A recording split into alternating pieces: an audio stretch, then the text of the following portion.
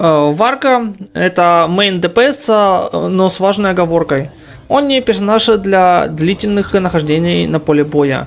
Пик его урона приходится на окна командных бафов. Как только бафы заканчиваются, его ДПС резко падает. Поэтому оптимальная стратегия быстро отыграть ротацию и вернуться к саппортам, а не пытаться дожимать его время на поле боя. Варка преимущественно анема ДПС, однако его атаки также наносят дополнительный элементальный урон, зависящий от состава команды. Ему в команде нужно 2 анема персонажа, и желательно, чтобы кто-то из них еще был из ведьминого шабаша. И 2 персонажа другого элемента, какой вы хотите, чтобы у него инфузия была. То есть это 2 анема, 2 пира перса, 2 анема, 2 гидра, 2 анема, 2 электро или 2 анема и 2 крио. Он всегда наносит анема урон, но параллельно триггерит второй элемент, присутствующий в отряде. Это делает его гибким ДД, масштабирующимся от правильного подбора союзников.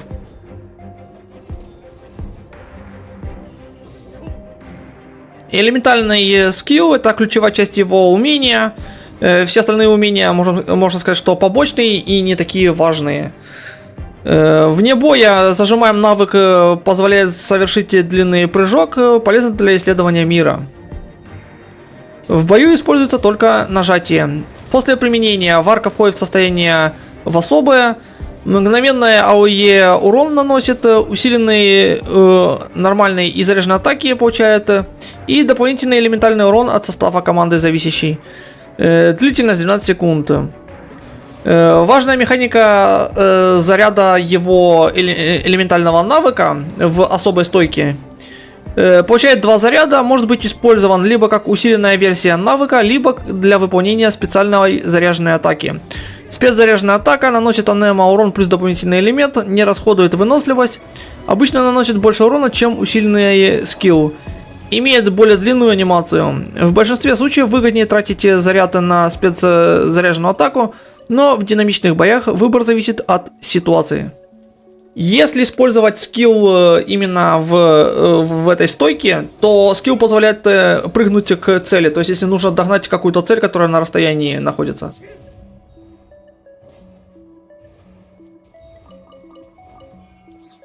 Ульта. Ульта у варки второстепенный источник урона. Наносит неплохой урон, но почти не усиливается его собственными бафами. Большая часть урона варки исходит от элементального навыка, поэтому ульта используется как дополнительный урон, чаще всего в конце ротации. И у нее нет приоритета в прокачке, так как она фактически бесполезная. Но польза у нее есть, но то есть нету смысла ее короновать, короче. Если есть желание, можно докачать до 8. А уже, как бы, если просто так, то можно и на 6 оставить.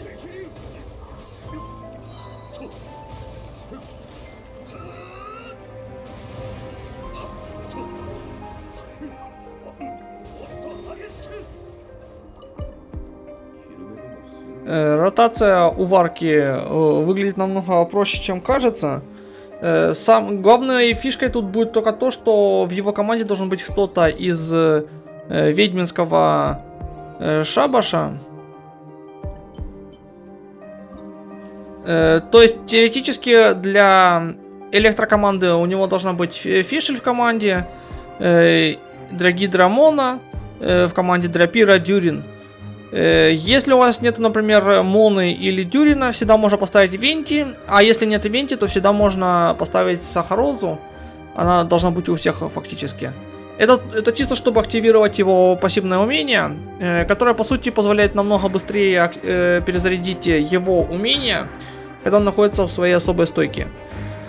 Это, скажем так, и увеличивает не количество, а частоту нанесения урона с помощью его спецзаряженной атаки или спецскилла.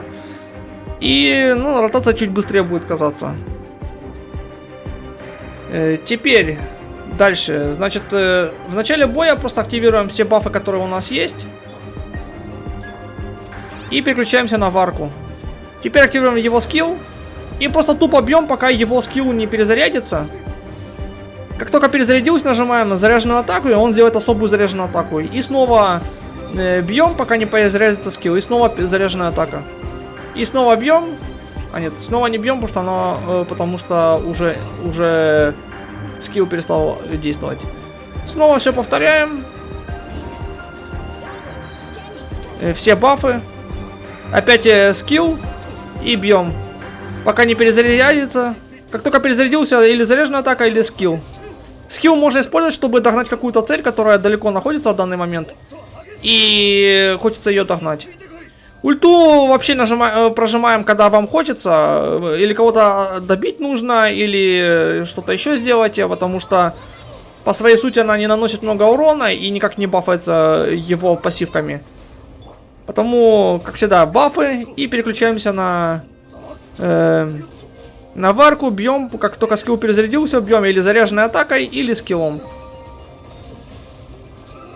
И опять же, ульту вставляем. Но ульту желательно вставлять именно когда у вас скилл не активирован. Чтобы зря не тратить время на поле боя, по сути. И вот все, вот так вот. И играем варкой. Сначала может показаться, что как-то это сложно. Через скилл, вот, например, если использовать умение, то через умение ротация будет казаться намного быстрее, потому что само действие, оно намного быстрее происходит, чем две заряженные атаки. Но тут уже как бы на любителя. Две заряженные атаки удобно использовать прям вот в упор перед целью, а скиллом догонять врагов, которые на расстоянии находятся, и хочется их по-быстрому с ними разобраться, короче. Ну или догнать. Всегда есть такой, знаете, бесючий моб, которого приходится всегда догонять. Оружие для варки. Первый вариант — это, естественно, его сигнатурное оружие. Большой базовый показатель силы атаки. Базовый 33 крит шанса, крит урон, бонус урона, скорость атаки и дополнительная синергия с ведьминским шабашем. Это заметно сильнее любых альтернатив и максимально раскрывает его урон в окнах бафов.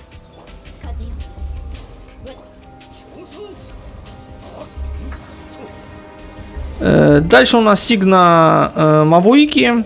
Отличный пятизвездочный вариант, альтернатива. Высокий крит урон, бонус атаки после использования навыка или ульты.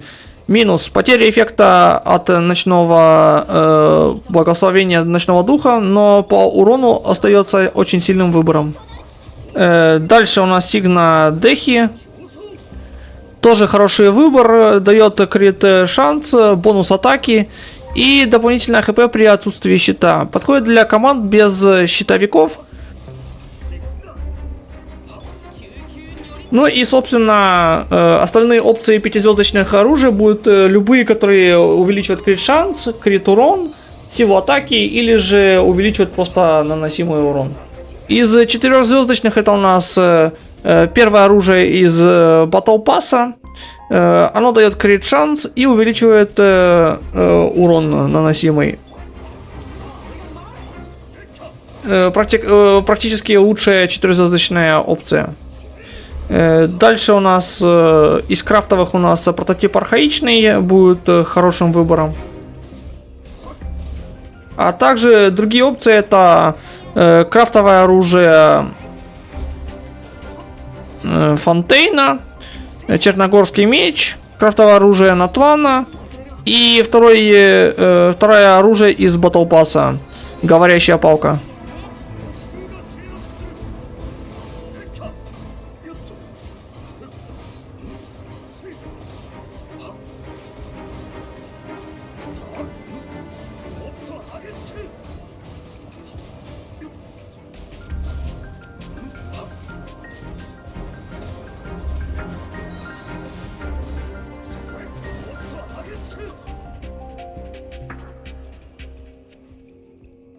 Лучшие артефакты для варки. Первым лучшим вариантом будет набор новый сета День восходящего ветра.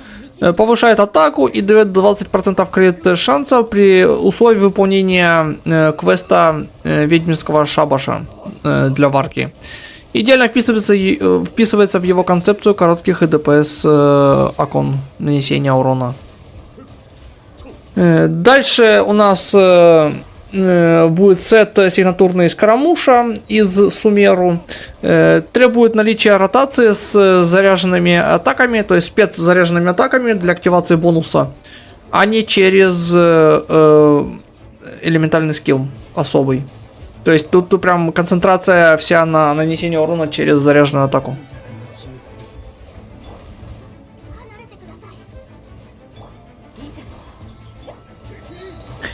И дальше у нас Семенава. Подойдет, если у вас уже есть отличные части этого сета.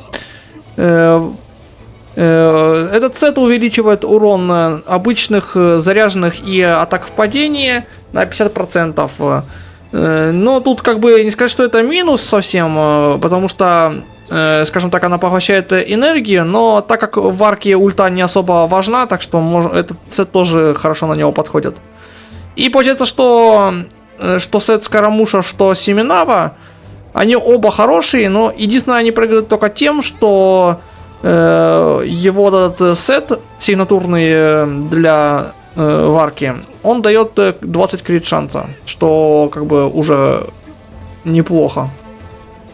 Приоритет характеристик. На часах атака, на кубке берем кубок тот, который нам нужен под тот элемент, которым вы собираетесь играть. Если хотите более гибкий вариант, берем кубок на процент атаки. Элементальный кубок примерно на 3% сильнее атаки на C0. Если планируете играть с разными составами, будет в приоритете именно сила атаки. На C2 допустим анема кубок, если у него лучшие сабстаты, чем у атаки. И корона, естественно, тут крит урон или же крит шанс. Но тут в зависимости именно от того, чего вам больше не хватает и какое у вас оружие выбрано. Если использовать его сигнатурный сет и сигнатурное оружие, чаще и выгоднее будет крит урон корона, так как крит шанс уже набирается из других источников. И, собственно, сабстаты, крит шанс, крит урон, естественно, атака процентная, элементальное мастерство. И уже по выбору выбираем восстановление энергии. Ульта ему не сильно важна, но лишним не будет.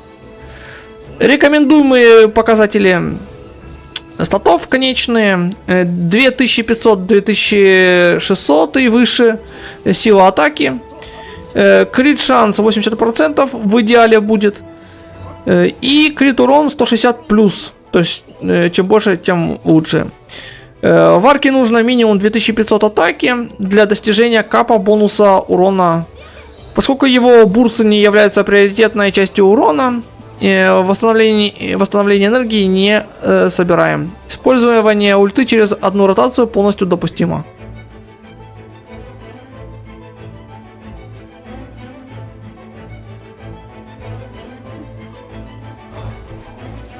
И, собственно, основной фокус у нас на высокие показатели атаки и сильные криты соотношения. Ну, то есть крит шанс, крит урон и атака в приоритете. Восстановление энергии практически не требуется. Главный источник урона у нас элементальный скилл, и новый сет будет его сигнатурным и будет самым оптимальным, лучшим выбором.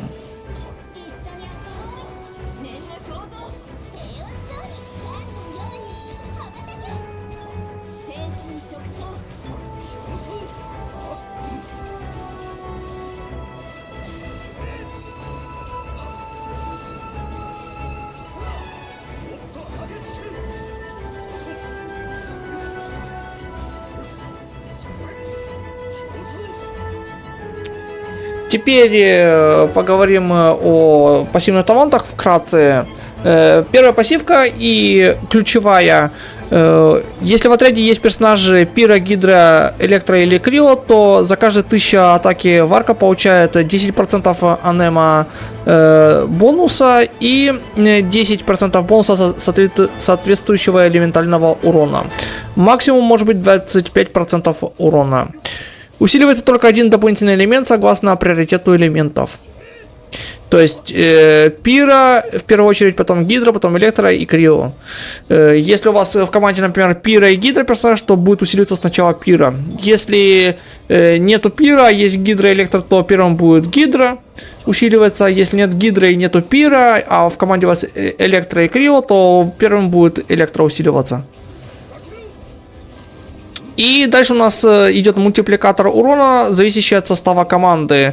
Если в отряде есть минимум 2 анема персонажа или минимум 2 персонажа одного и того же элемента, тогда во время его особого состояния при нажатии элементального навыка обычный заряженный спецнавык наносит на 100% от базового урона.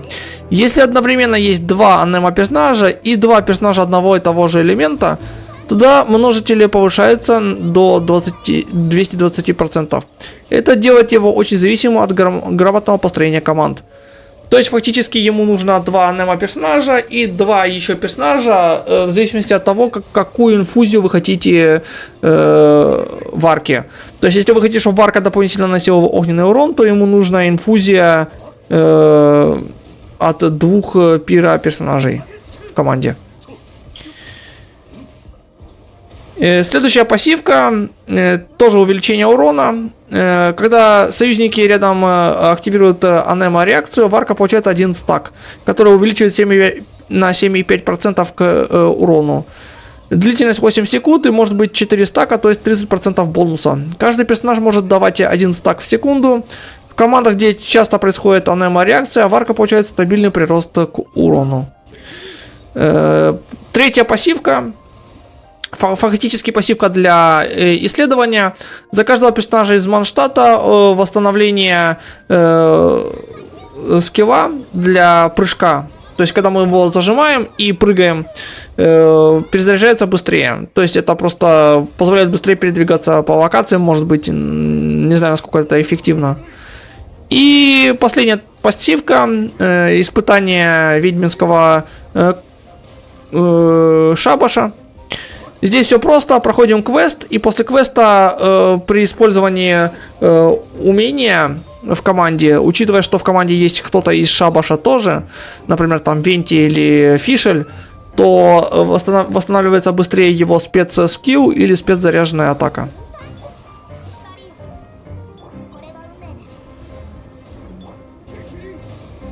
Фактически у него 2 основные слабости. Это универсальность теряет ценности в сложном контенте. В высокоуровневом контенте, где требуется строго оптимизировать команды, его гибкость становится менее значимой. Если активность заточена под конкретные реакции или механику, варка может чувствоваться слабее. И в зависимости от сигнатурного оружия. Большая часть его потенциала раскрывается с сигной. Альтернативные варианты ощутимо уступают по урону, что делает его более требовательным к инвестициям.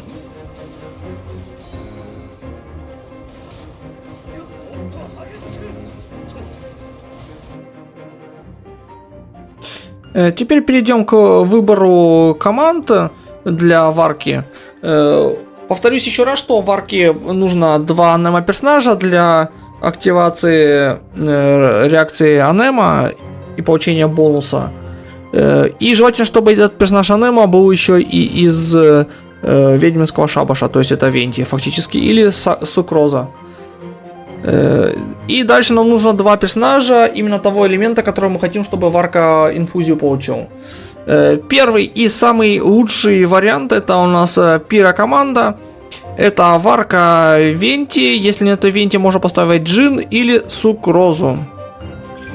Венти в моем случае, вот, например. И дальше нам нужен Дюрин 100%. В идеале вообще, конечно. Чтоб он был.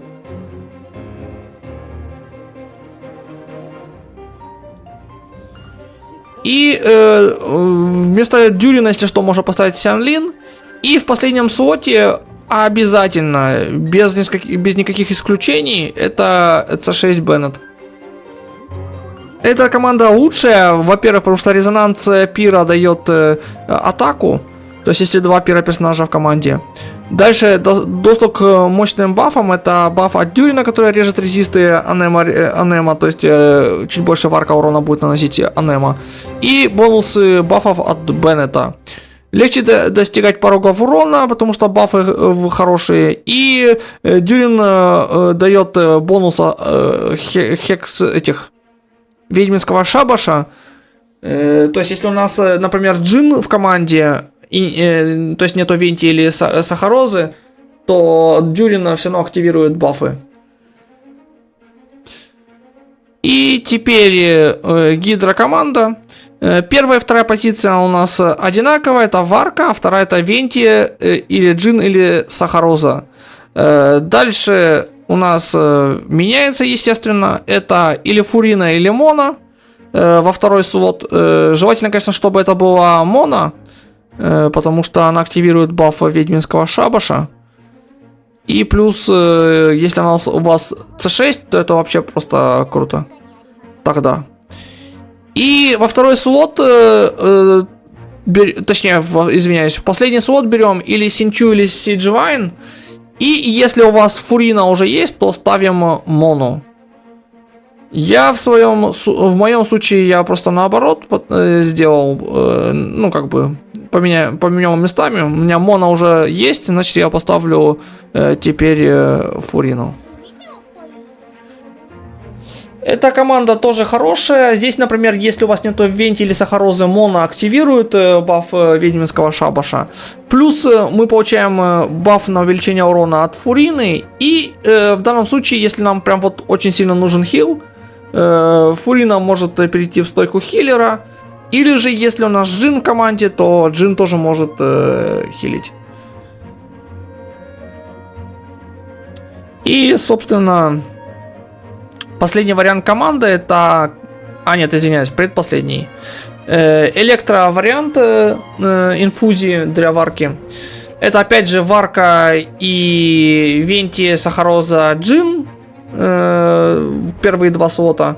Дальше у нас это желательно, чтобы была Фишель, она активирует бафы ведьминского шабаша. Фишель должна быть практически у всех, так что это не проблема. И последний слот это у нас желательно, это у нас должна быть Янцан. То есть фактически, скажем так, как Беннет в Пира, в Электро у нас это Янцан. Ну и, собственно, если Янцан нету, то можно взять, конечно, всегда в команду к себе Шинобу, она похилит, команду поддержит, это тоже плюс всегда. И теперь уже точно последний вариант команды, это команда Скрио. У нас здесь опять же Варка в первой позиции, во второй Венти, Сахароза или Джин. И в следующее это у нас Эскофье. Если есть. Если нет Эскофье, можем взять Шэньхэ. Если она есть, потому что Шэньхэ уже давно не было, и не факт, что у кого-то она есть, как бы. Но должна быть. И в последний слот, если вы до этого взяли Эскофье, берем Шэньхэ. И также можно взять еще Диону. Ну или опять же менять местами. Но это вот для Крио команды это идеальный вариант. То есть у нас Шэньхэ здесь, скажем так, в кавычках местный Беннет. Ну то есть под Крио команду.